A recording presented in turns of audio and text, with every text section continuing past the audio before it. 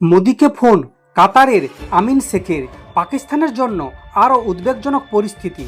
মুসলিম দেশ কাতারের আমিন Sheikh Tamim bin Hamad Al Thani প্রধানমন্ত্রী নরেন্দ্র মোদীর সঙ্গে কথা বলেছেন। তিনি পহেলগাম গণহত্যা নিহতের প্রতি সমবেদনা প্রকাশ করেছেন।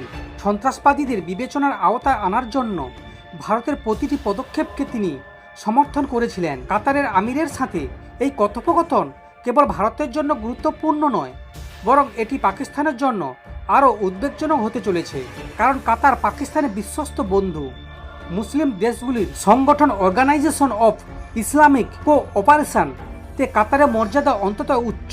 অতএব যদি তিনি কাশ্মীরকে ভারতের অংশ হিসেবে বিবেচনা করে প্রধানমন্ত্রী মোদীর সাথে কথা বলেন, তাহলে তা হবে পাকিস্তানের জন্য সবচেয়ে বড় ধাক্কা।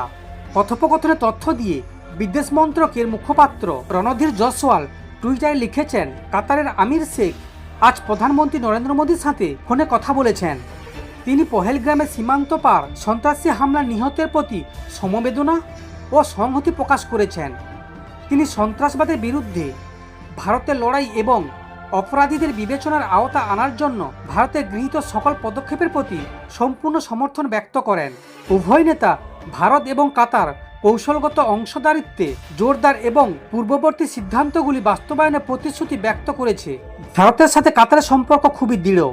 সেখানে মোট জনসংখ্যার 27% ভারতীয়। কাতারে প্রায় 16,000 ভারতীয় কোম্পানি কাজ করছে। কাতার ভারতের বৃহত্তম এলএনজি এলপিজি সরবরাহকারী। চীন ও জাপানের পর ভারত এই পণ্যগুলির তৃতীয় বৃহত্তম ক্রেতা।